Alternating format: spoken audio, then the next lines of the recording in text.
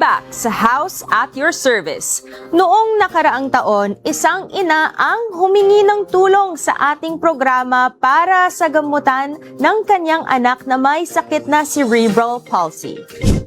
Agad na nakipag-ugnayan ang House at Your Service sa tanggapan ni Quezon City 6th District Representative Marivic Copelar at inilapit ang kanilang problema na agad naman tinulungan ng mambabatas. At bukod naman kay Sky, tinulungan din ni Kong Marivic si Nanay Kimi para magkaroon ng pangkabuhayang showcase. At para sa kabuuang storya, panoorin natin ito.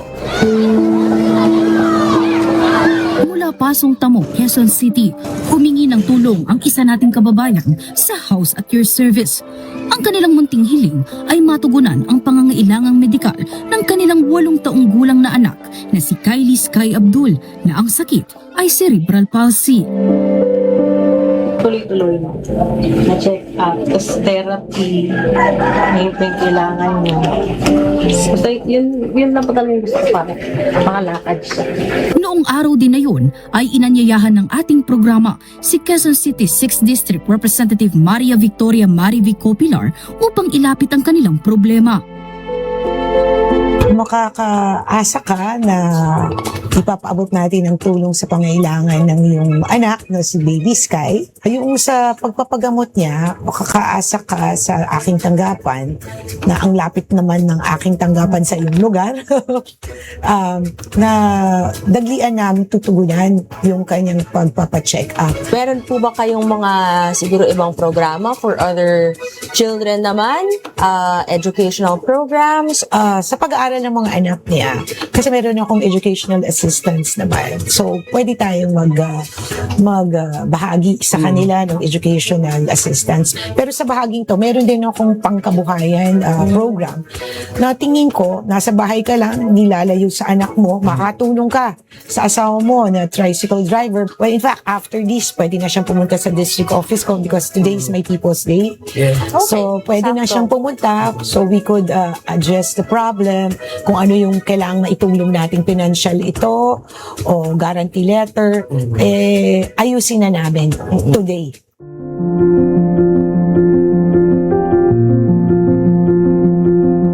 Pagkatapos din ng aming programa ay agad namin sinamahan si Nanay Kimi sa opisina ni Congresswoman Marivic Copelar.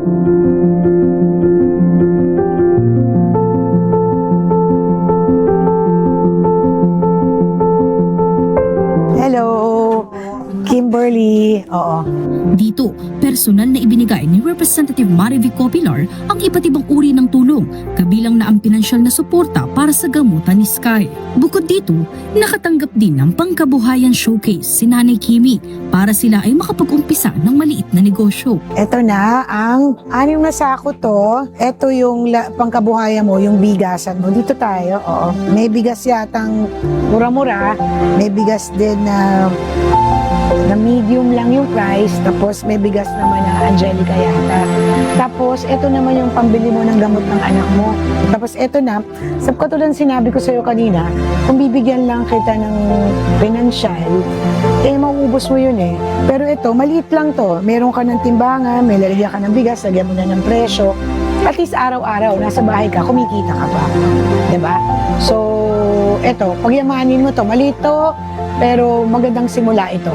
Nasa pagsisikap mo na lang kung gusto mo talagang itong palawakin pa.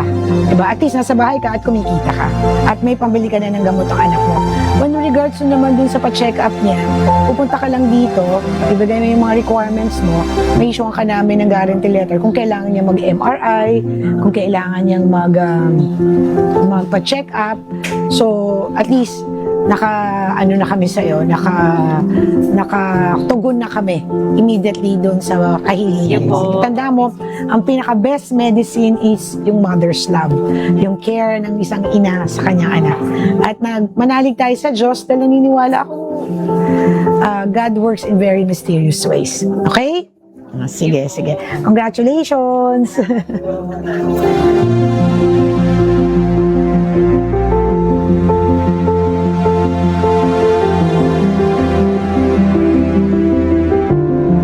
Sa bawat programa, Sa bawat serbisyong naihahatid, isang prinsipyo ang araw-araw na isinasabuhay ni Quezon City 6th District Representative Maria Victoria Marivic Copilar.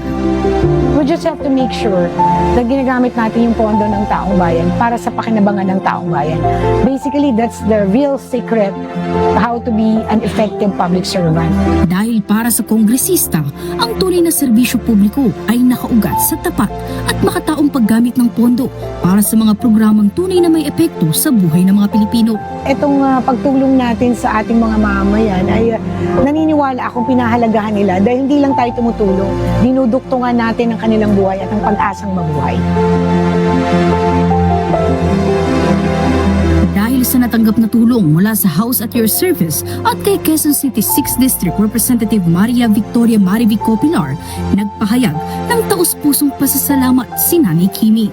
Maraming salamat po, Congresswoman Marivic Copilar, sa binigay niyong bigas at cash assistance para sa gamutan ni Sky. Pati po dun sa GL na hinihingi ko. Maraming salamat po.